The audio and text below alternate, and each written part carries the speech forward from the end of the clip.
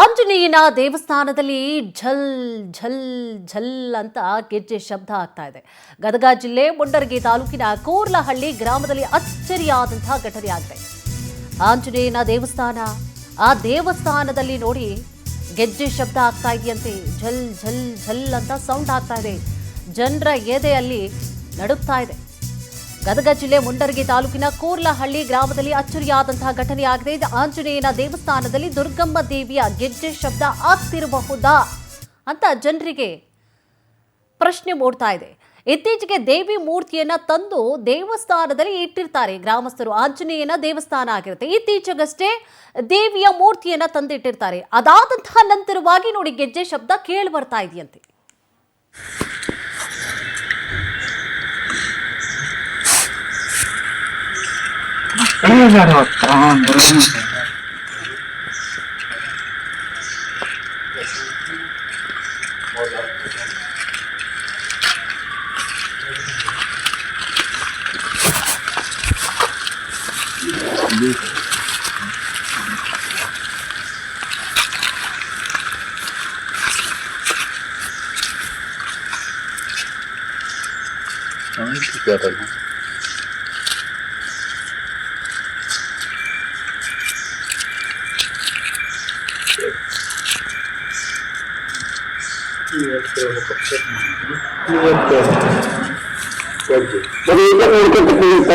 ನಿಮ್ಗೆ ಏನ್ ಮಾಡ್ತಾರೆ ಕೇಳಿ ಶಬ್ದ ಮಾಡ್ಕೊಂತ ಕುಂತ್ರ ಯಾರು ನೋಡಿ ಶಬ್ದ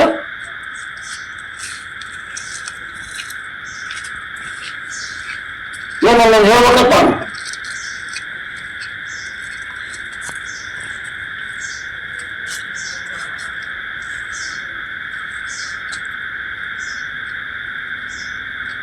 ನೋಡಿ, ಆಂಜನೇಯನ ದೇವಸ್ಥಾನದಲ್ಲಿ ಗೆಜ್ಜೆ ಶಬ್ದ ಕೇಳಿಸ್ಕೊಳ್ತಾ ಇದ್ದಾರೆ. ಅಲ್ಲಿ ಗ್ರಾಮಸ್ಥರು ಕೂಡ ಆ ಸಂಬಂಧವಾಗಿ ವಿಡಿಯೋ ಕೂಡ ಮಾಡ್ಕೊಂಡಿರುವಂಥದ್ದು. ಅಂದರೆ ದೇವಸ್ಥಾನದ ಒಳಭಾಗದಿಂದ ಗೆಜ್ಜೆ ಸೌಂಡ್ ಅವ್ರಿಗೆ ಕೇಳಿಸ್ತಾ ಇದೆ. ಇಷ್ಟು ದಿನದವರೆಗೂ ಕೂಡ ಇರಲಿಲ್ಲ ಈ ಗೆಜ್ಜೆ ಶಬ್ದ. ಯಾವಾಗ ನೋಡಿ ಆಂಜನೇಯನ ದೇವಸ್ಥಾನದಲ್ಲಿ ದುರ್ಗಮ್ಮ ದೇವಿಯ ಮೂರ್ತಿಯನ್ನ ತಂದು ಇಡಲಾಯಿತು ಅಥವಾ ಮಾಯಮ್ಮ ದೇವಿಯ ಮೂರ್ತಿಯನ್ನ ತಂದು ಇಡಲಾಯಿತು, ಆನಂತರವಾಗಿ ನೋಡಿ ಅವ್ರಿಗೆ ಗೆಜ್ಜೆ ಸೌಂಡ್ ಕೇಳಿಸ್ತಾ ಇದೆಯಂತೆ. ಗ್ರಾಮಸ್ಥರು ಕೂಡ ಬಹಳಷ್ಟು ಸಂಖ್ಯೆಯಲ್ಲಿ ಹೌದಾ ಇದು ಸತ್ಯವಾ ಇಲ್ವಾ ಒಂದ್ಸಲ ನೋಡೇ ಬಿಡೋಣ ಅಂತ ಹೇಳಿ ಸಾಕಷ್ಟು ಜನರು ಏನ್ ಮಾಡ್ತಾರೆ, ದೇವಸ್ಥಾನದ ಭಾಗಕ್ಕೆ ಬರ್ತಾರೆ. ಆ ಬಡದಲ್ಲಿ ರಾತ್ರಿ ಇಡೀ ಕಾಯ್ತಾರೆ. ನೋಡಿ, ರಾತ್ರಿ ಇಡೀ ಕಾಯ್ತಾರೆ. ಒಳಭಾಗದಿಂದ ಸೌಂಡ್ ಬರಲಿಕ್ಕೆ ಶುರುವಾಗುತ್ತೆ. ನೀವು ಕೂಡ ಆ ಸೌಂಡನ್ನು ಕೂಡ ಕೇಳಿಸ್ಕೊಂಡ್ರಿ. ಬಟ್ ಒಳಭಾಗದಲ್ಲಿ ಯಾರು ಕೂಡ ಇರೋದಿಲ್ಲ. ಇಷ್ಟು ದಿನ ಇರಲಿಲ್ಲ ಈ ಗೆಜ್ಜೆ ಶಬ್ದ. ಆಂಜನೇಯನ ದೇವಸ್ಥಾನ ಮಾತ್ರ ಆಗಿತ್ತು. ಆ ನಂತರವಾಗಿ ದುರ್ಗಮ್ಮ ದೇವಿ, ಮಾಯಮ್ಮ ದೇವಿಯ ಮೂರ್ತಿಯನ್ನ ತಂದು ಇಟ್ಟಂತಹ ನಂತರಗಳ ದಿನಗಳಲ್ಲಿ ಗೆಜ್ಜೆ ಸೌಂಡ್ ಬರಲಿಕ್ಕೆ ಶುರುವಾಯಿತು. ಜನರಿಗೂ ಕೂಡ ಒಂದು ರೀತಿಯಾಗಿ ಅದನ್ನು ಯಾವ ರೀತಿಯಾಗಿ ತೆಗೆದುಕೊಳ್ಬೇಕು ಅವ್ರಿಗೂ ಕೂಡ ಒಂದು ಸ್ವಲ್ಪ ಆತಂಕ ಕೂಡ ಉಂಟಾಯಿತು. ಇದೇ ವಿಚಾರ ಸಂಬಂಧವಾಗಿ ಹೆಚ್ಚಿನ ಮಾಹಿತಿಯನ್ನ ಕೂಡ ನೀಡ್ತಾ ಹೋಗ್ತಾರೆ ನಮ್ಮ ಪ್ರತಿನಿಧಿ ಮಹಂತೇಶ್. ಮಹಂತೇಶ್, ಇದು ಸತ್ಯವಾ ಸುಳ್ವಾ ಅಥವಾ ಗ್ರಾಮಸ್ಥರಿಗೆ ಗೆಜ್ಜೆ ಸೌಂಡ್ ಬಂದಂತಹ ನಂತರವಾಗಿ ಯಾವ ರೀತಿಯಾದಂತಹ ಭಾವನೆಗಳು ಉಂಟಾಗ್ಲಿಕ್ಕೆ ಸಾಧ್ಯವಾಯಿತು? ಜೊತೆಗೆ ಅದನ್ನ ಅವರು ಕನ್ಫರ್ಮ್ ಆಗಿ ಮಾಡ್ಕೊಂಡ್ರ ಗೆಜ್ಜೆ ಸೌಂಡ್ ಅಂತ ಹೇಳಿ, ಜೊತೆಗೆ ದುರ್ಗಮ್ಮ ದೇವಿಯನ್ನ ಇಟ್ಟಂತಹ ನಂತರವಾಗೇ ಬರ್ಲಿಕ್ಕೆ ಶುರುವಾಯ್ತಾ ಅಥವಾ ಹಿಂದೆ ಕೂಡ ಈ ರೀತಿಯಾದಂತಹ ಸೌಂಡ್ ಬರ್ತಾ ಇತ್ತಾ? ಏನಿದೆ ಮಾಹಿತಿ?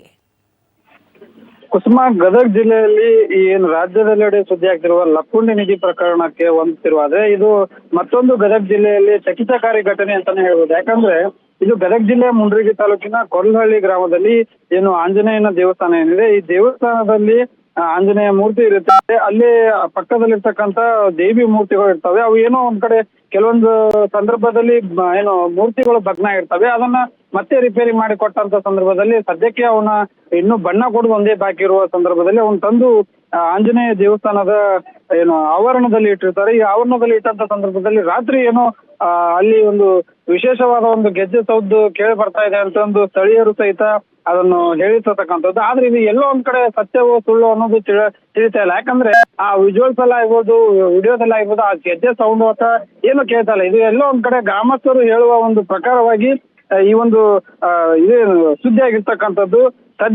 ಸದ್ಯಕ್ಕೆ ಗ್ರಾಮದಲ್ಲಿ ಇರ್ತಕ್ಕಂಥ ಆಂಜನೇಯ ದೇವಸ್ಥಾನದಲ್ಲಿ ಮೂರ್ತಿಯನ್ನ ಇಟ್ಟಿದ್ದಾರೆ. ಈ ಮೂರ್ತಿಯ ಹಿಂದ್ಗಡೆ ಥ್ಯಾಂಕ್ ಯು ತಮ್ಮೆಲ್ಲ ಡೀಟೇಲ್ಸ್ಗಾಗಿ. ಇನ್ನು ದೈವ ಉಪಾಸಕರಾಗಿರುವಂತಹ ಚಂದಾ ಪಾಂಡೆ ಅವರು ಕೂಡ ನಮ್ಮ ಜೊತೆ ದೂರವಾಣಿ ಸಂಪರ್ಕದಲ್ಲಿದ್ದಾರೆ. ಸರ್ ನಮಸ್ತೆ. ಜೈ ಮಾತಾದಿ. ಈಗಾಗಲೇ ನೋಡಿ ಒಂದು ಕಡೆ ಈಗಾಗಲೇ ಗದಗ್ನಲ್ಲಿ ಲಕ್ಕುಂಡಿಯಲ್ಲಿ ನಿಧಿ ಸಿಕ್ಕಿರುವಂತಹ ವಿಚಾರ ಒಂದು ಕಡೆ ಆದ್ರೆ ಮತ್ತೊಂದು ಕಡೆ ಈಗಾಗಲೇ ದುರ್ಗಮ್ಮ ದೇವಿಯನ್ನ ಆಂಜನೇಯನ ದೇವಸ್ಥಾನದಲ್ಲಿ ಹಿಡಿದಿದ್ದ ಹಾಗೆ ಗೆಜ್ಜೆ ಸೌಂಡ್ ಬರ್ತಾ ಇದೆ ಅಂತ ಹೇಳಿ ಗ್ರಾಮಸ್ಥರು ಕೂಡ ಆತಂಕವನ್ನ ಈಗಾಗಲೇ ವ್ಯಕ್ತಪಡಿಸ್ತಾ ಇರುವಂಥದ್ದು. ಈ ರೀತಿಯಾಗೆಲ್ಲ ಆಗ್ಲಿಕ್ಕೆ ಸಾಧ್ಯವಾ ಅಥವಾ ದೇವರು ನಿಜವಾಗ್ಲೂ ಕೂಡ ಇದ್ರೆ ಏನ್ ಸೂಚನೆಯನ್ನ ಕೊಡ್ಲಿಕ್ಕೆ ಈ ರೀತಿಯಾಗಿ ಸೌಂಡ್ ಅನ್ನ ಮಾಡ್ತಾ ಇರ್ಬೋದು, ಇದನ್ನ ವಿಶ್ಲೇಷಣೆಯನ್ನ ಮಾಡೋದಾದ್ರೆ?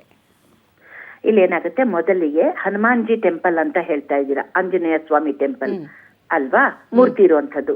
ಇನ್ನು ಗೆಜ್ಜೆ ಶಬ್ದ, ಯಾವುದೇ ಒಂದು ನಾದಗಳು ಅಂದ್ರೆ ಗೆಜ್ಜೆ ಶಬ್ದ ಅಥವಾ ವಾದ್ಯಗಳ ಶಬ್ದ ಕೇಳೋದು ಉಂಟು. ಆದರೆ ಇಲ್ಲಿ ನೀವು ಪ್ರತ್ಯಕ್ಷವಾಗಿ ಪ್ರಮಾಣಿಸಿ ನೋಡಿದೀರಾ ಅನ್ನೋದು ಒಂದು ಪಾಯಿಂಟ್ ಬರುತ್ತೆ. ದೇವರಿಲ್ಲ ಅಂತ ನಾ ಹೇಳ್ತಾ ಇಲ್ಲ, ಇಂಥದ್ದಕ್ಕೆ ಕಾರಣಗಳು. ಈಗ ಉತ್ತರ ಭಾರತದಲ್ಲಿ UP ನಲ್ಲಿ ಒಂದು ನಾಯಿ ಆಲ್ರೆಡಿ ಒಂದು ಆಂಜನೇಯ ಸ್ವಾಮಿಗೆ ಪ್ರದಕ್ಷಿಣೆ ಹಾಕ್ತಾ ಇದೆ, ಬಿಜ್ನೋರಲ್ಲಿ ಪ್ರದಕ್ಷಿಣೆ ಹಾಕ್ತಾ ಇದೆ. ಆಯ್ತಾ, ಇಲ್ಲಿ ಏನಾಗುತ್ತೆ, ಯಾವುದೋ ಒಂದು ಸಮಯದಲ್ಲಿ ದೇವಾನುದೇವತೆಗಳು ತಮ್ಮ ಇರುವಿಕೆಯನ್ನ ತೋರಿಸ್ತಾರೆ. ಅದರಲ್ಲೂ ಹನುಮಾನ್ಜಿ ಅಂದ್ರೆ ಅವರು ಚಿರಂಜೀವಿ ಅಂತ ಹೇಳ್ತೀವಿ. ಚಿರಂಜೀವಿ ಅಂದ್ರೆ ಕಲಿಯುಗದಲ್ಲಿಯೂ ಕೂಡ ಅವರ ಸಾಕ್ಷಾತ್ ದರ್ಶನವನ್ನ ಪಡಿಬಹುದು. ಇದು ನಂಬಿಕೆ ಇರೋರಿಗೆ ಮಾತ್ರ. ಆಯ್ತಾ, ಸಾಕ್ಷಾತ್ ದರ್ಶನವನ್ನ ಪಡೆಯಬಹುದು.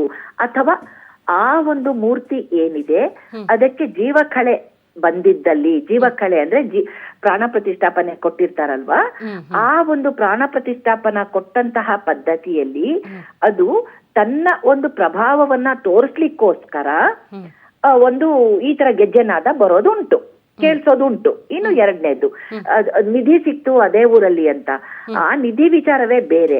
ಅದು ಯಾವುದೇ ಪೂಜೆ ಪುನಸ್ಕಾರಗಳಿಲ್ಲದೆ ಅವ್ರ ಮನೆಯನ್ನು ಏನೋ ಕೆತ್ತುವಾಗ ಸಿಕ್ಕಿದ್ದು ಅಂತ ಕೇಳಲ್ಪಟ್ಟೆ. ಆಯ್ತಾ, ಅಂದಾಗ ಅದು ಅವರ ಪೂರ್ವಜರ ಒಂದು ಹೂಡಿಕೆಯ ಒಂದು ಐಶ್ವರ್ಯ ಇರುತ್ತೆ. ನಿಧಿಗಳಲ್ಲಿ ಬಹಳಷ್ಟು ವೆರೈಟಿ ಇರುತ್ತೆ. ವರ್ತಕ ನಿಧಿ, ದೇವನಿಧಿ ಮತ್ತು ರಾಜರ ನಿಧಿ ಅಂತ. ಈ ವರ್ತಕರ ನಿಧಿ ಅಂದಾಗ ಈ ತರ ಪೂಜೆ ಪುನಸ್ಕಾರಗಳಿಲ್ಲದೆ ಅದೇ ಕುಟುಂಬಕ್ಕೆ ಸೇರಿದಂತಹವರಿಗೆ ಏನೋ ಕೆಲಸಗಳನ್ನ ಮಾಡುವಾಗ ಸಿಗೋದುಂಟು. ಅದಕ್ಕೂ ಈ ಗೆಜ್ಜೆ ಶಬ್ದಕ್ಕೂ ಯಾವುದೇ ಸಂಬಂಧವಿಲ್ಲ. ಆಯ್ತಾ, ಆ ಗೆಜ್ಜೆ ಶಬ್ದ ಯಾತಕ್ ಬರ್ತಾ ಇರುತ್ತೆ ಅಂದ್ರೆ, ಯಾವುದೋ ಒಂದು ಸಮಯದಲ್ಲಿ ದೇವರ ಇರುವಿಕೆ ಇದ್ದಾಗ ಗೆಜ್ಜೆನಾದ ಅಥವಾ ಕೊಳಲು ನಾದ ಅಥವಾ ಚರ್ಮವಾದ್ಯ, ಇದಿಷ್ಟು ಯಾವುದೇ ಕಾರಣಕ್ಕೂ ತಂತಿ ವಾದ್ಯಗಳು ಬರೋದಿಲ್ಲ. ಚರ್ಮದ್ದು ಅಂದ್ರೆ ಡಮರು ಹೊಯ್ಯೋ ತರದಿರ್ಬೋದು ಅಥವಾ ಒಂದು ಮೃದಂಗ, ತಬಲ, ಇದು ಚರ್ಮವಾದ್ಯ. ಎರಡನೇದು ಕೊಳಲು, ಗಾಳಿ ವಾದ್ಯ. ಮೂರನೇದು ಗೆಜ್ಜೆ ಶಬ್ದ. ಇದು ಕೇಳೋದುಂಟು. ಯಾವ ಮೂರ್ತಿಯಲ್ಲಿ ಪ್ರಾಣ ಪ್ರತಿಷ್ಠಾಪನೆಯಾಗಿತ್ತೋ ಆಗಿರಲ್ವೋ ಅದರಲ್ಲಿ ಒಂದು ಜೀವಕಳೆ ಅನ್ನೋದು ಪ್ರಕಟವಾದಾಗ ಇಂತಹ ಅನುಭವ ಬರೋದುಂಟಮ್ಮ. ಧನ್ಯವಾದಗಳು ಮಾತನಾಡಿದ್ದಕ್ಕಾಗಿ ಮೇಡಮ್.